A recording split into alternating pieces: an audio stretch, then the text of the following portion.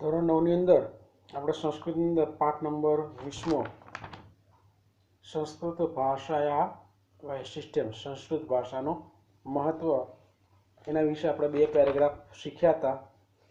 ત્યાર પછી PAN number 80 પર ત્રીજા નંબરનો જે પેરેગ્રાફ છે ત્રીજા નંબરના પેરેગ્રાફમાં આજે આપણે શીખીશું ભણીશું। પાન નંબર 80 પર જો તૃતીયમ વૈશિષ્ટ્યમ એટલે કે ત્રીજી વિશિષ્ટતા।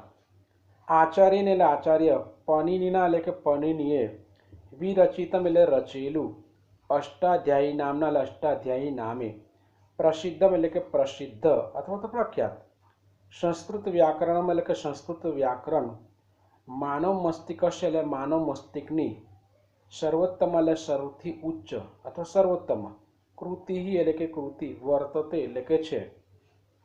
ત્રીજી વિશેષતા આચાર્ય પનિનીએ રચેલું અષ્ટાધ્યાયી નામે પ્રખ્યાત સંસ્કૃત વ્યાકરણ માનવ મસ્તિષ્કનું સર્વોચ્ચ અથવા સૌથી ઉત્તમ કૃતિ છે। એતાદૃશમ એટલે આવું, વ્યાકરણમ એટલે કે વ્યાકરણ, અન્યત્ર એટલે બીજે ક્યાંય, ને ઉપલબ્ધતે એટલે મળતું નથી, આવું વ્યાકરણ બીજે ક્યાંય મળતું નથી। ચતુર્થમ એટલે કે ચોથી, વૈશિષ્ટ્યમ એટલે કે વિશિષ્ટતા, ચોથી વિશેષતા અથવા તો વિશિષ્ટતા, સંસ્કૃત ભાષાયામ એટલે કે સંસ્કૃત ભાષામાં, મહાભારત નામના એટલે કે મહાભારત નામે, પ્રસિદ્ધ એટલે કે પ્રસિદ્ધ, એક એટલે એક, ગ્રંથ એટલે કે ગ્રંથ, વર્તતે એટલે કે છે। સંસ્કૃત ભાષામાં મહાભારત નામનો એક પ્રસિદ્ધ ગ્રંથ છે। સહ એટલે તે, લક્ષ શ્લોક 1,00,000 શ્લોકો જેટલો, પરિમિત એટલે કે જેટલો છે, તે 1,00,000 શ્લોક જેટલો છે। એતાદૃશ એટલે આવો, વિશાલકાય એટલે વિશાળકાય, ગ્રંથ એટલે કે ગ્રંથ, નિખિલે અપી એટલે આખાય, સંસાર એટલે કે સંસારમાં, નાસ્તિ એટલે કે નથી, આવો વિશાળકાય ગ્રંથ આખા સંસારમાં નથી। ઇદમ અપી એટલે આ પણ, સંસ્કૃતસ્ય એટલે કે સંસ્કૃતનું, અપરમ એટલે કે બીજું અથવા તો બીજી, વૈશિષ્ટ્યમ એટલે કે વિશેષતા છે, આ પણ સંસ્કૃતની બીજી વિશેષતા છે। પાછું જોઈએ એટલે ફકરો, ચોથી વિશેષતા, સંસ્કૃત ભાષામાં મહાભારત નામે પ્રસિદ્ધ એક ગ્રંથ છે, તે 1,00,000 શ્લોકો જેટલો છે। આવો વિશાળ ગ્રંથ, આવો વિશાળકાય ગ્રંથ આખા સંસારમાં નથી, આ પણ સંસ્કૃતની બીજી વિશેષતા છે। પંચમમ વૈશિષ્ટ્યમ એટલે કે પાંચમી વિશેષતા, રામાયણમ નામ એટલે રામાયણ નામે, સુપ્રસિદ્ધમ એટલે સુપ્રસિદ્ધ, આદિ કાવ્યમ એટલે આદિ કાવ્ય, અસ્તિ એટલે કે છે, રામાયણ નામે સુપ્રસિદ્ધ આદિ કાવ્ય છે। પુરાતને ભારત એટલે કે પ્રાચીન ભારતમાં, અયમ ગ્રંથ એટલે આ ગ્રંથ, અનેકાશુ એટલે અનેક, લિપિશુ એટલે લિપિઓમાં, લિખિત એટલે લખાયેલો હતો। પ્રાચીન ભારતમાં આ ગ્રંથ અનેક લિપિઓમાં લખાયેલો હતો તો લખાયેલો છે।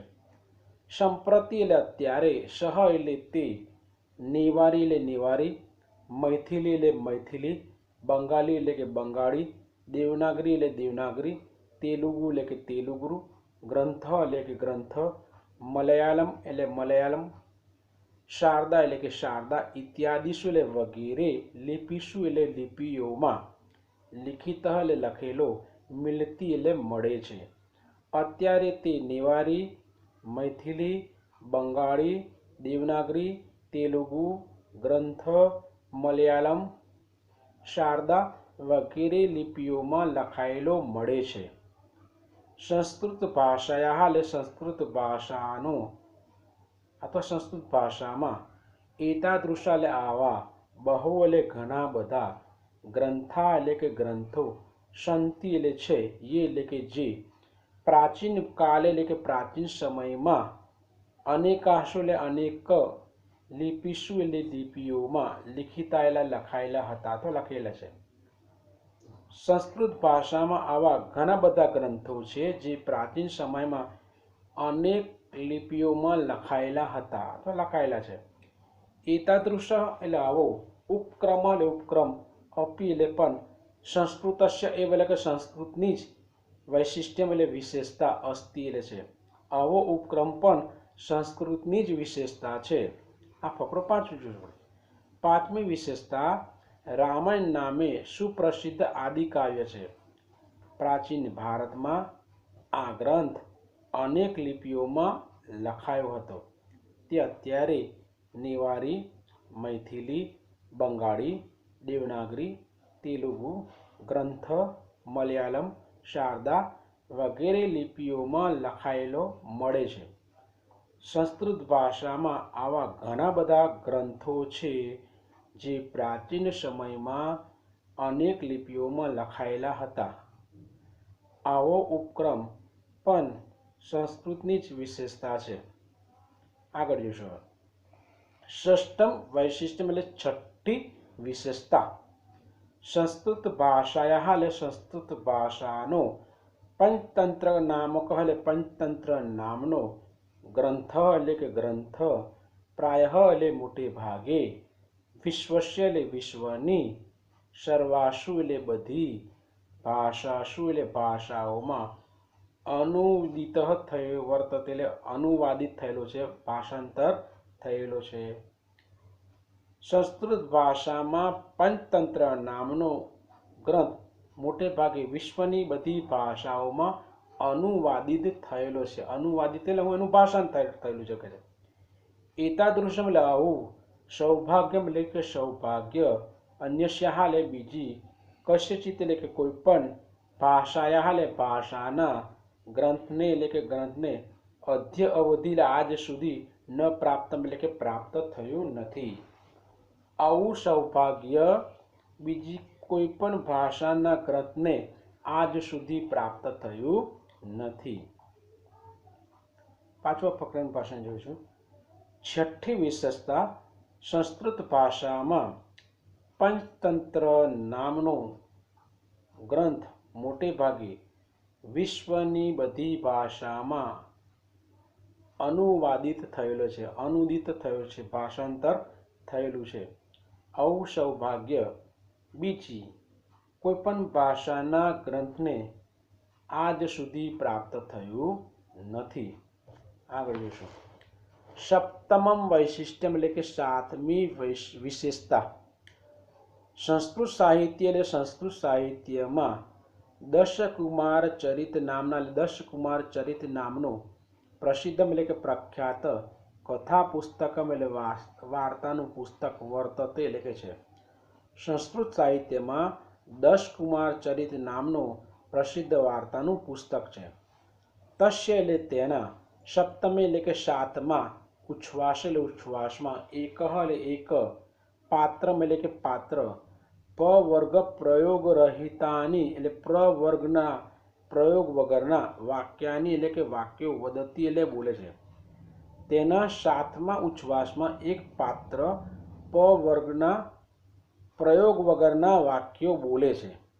વર્ણમાલાયા એટલે વર્ણમાળાના, અમુકાન એટલે અમુક, વર્ણાન એટલે વર્ણોને, વિહાય એટલે કે છોડીને, સંવાદ કર્ણમ એટલે કે સંવાદ કરવો, સંસ્કૃતિ એવ એટલે કે સંસ્કૃતમાં જ, સંભવતી એટલે સંભવે છે, ન અન્યત્ર એટલે બીજે નહીં. વર્ણમાળાના અમુક વર્ણોને છોડીને સંવાદ કરવો સંસ્કૃતમાં સંભવે છે, બીજે નહીં, બીજી ભાષામાં નહીં, એમ કે છે. આ ફકરો પાછળ. સાતમી વિશેષતા, સંસ્કૃત સાહિત્યમાં દશકુમાર ચરિત નામે પ્રસિદ્ધ કથાનું પુસ્તક છે, વાર્તાનું પુસ્તક છે.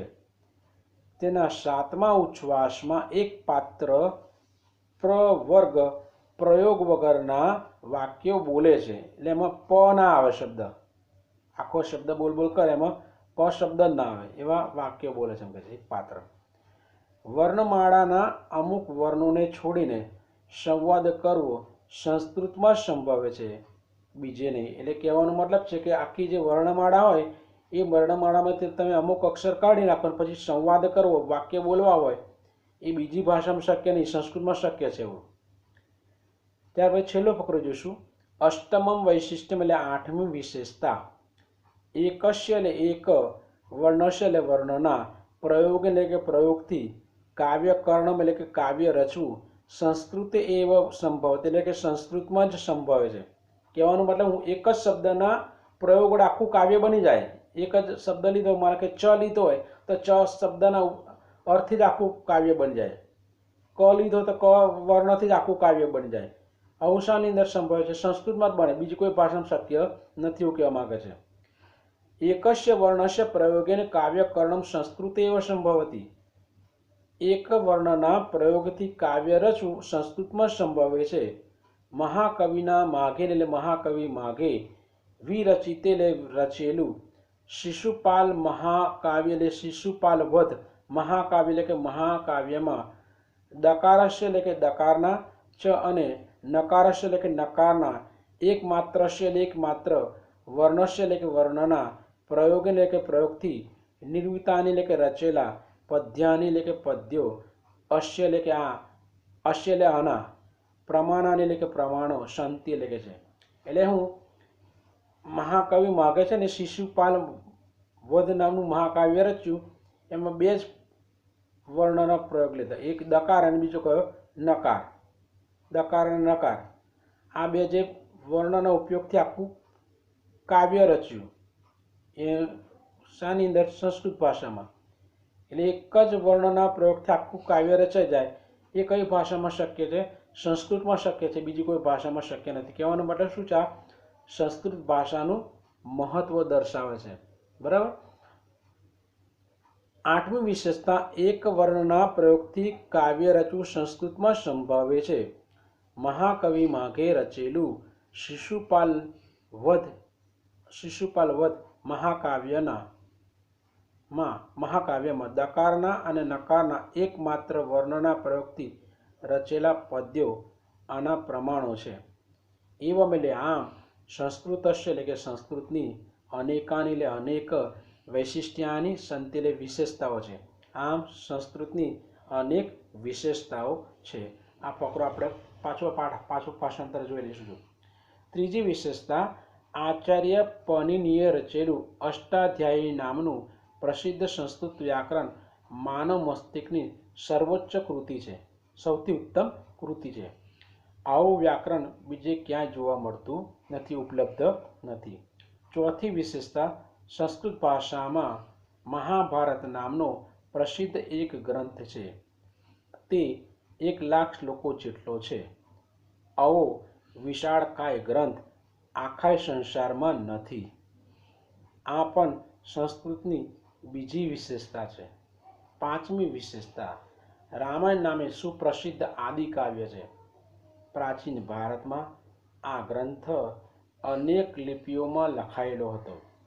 અત્યારે તે નેવારી, મૈથિલી, બંગાળી, દેવનાગરી, તેલુગુ ગ્રંથ, મલયાલમ, શારદા વગેરે લિપિઓમાં લખાયેલો મળે છે। સંસ્કૃત ભાષામાં આવા ઘણા બધા ગ્રંથો છે જે પ્રાચીન સમયમાં અનેક લિપિઓમાં લખાયેલા હતા।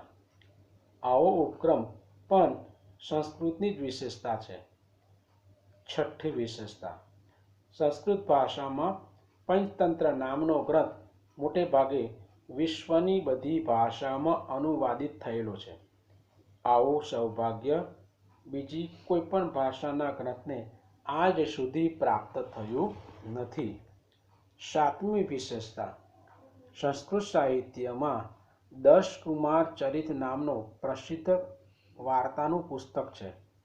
તેના 7મા ઉચ્છ્વાસમાં એક પાત્ર પ વર્ગના પ્રયોગ વગરના વાક્યો બોલે છે।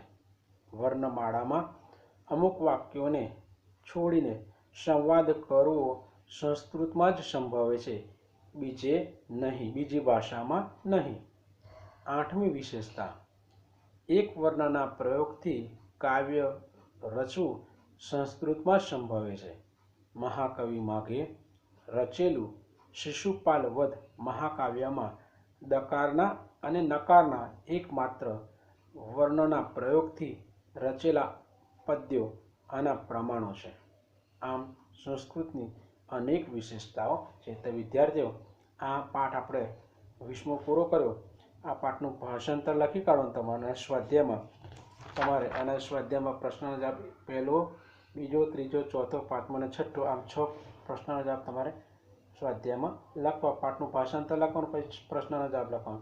તો આ પાઠ આપણે સંસ્કૃતની જે વિશેષતાઓ હતી, સંસ્કૃત ભાષાની જે વિશેષતા એના વિશે આપણે જોઈ ગયા. તો આ પાઠ 20મો આપણે શીખી ગયા અને તમારે ઘરે તૈયાર કરવાનો.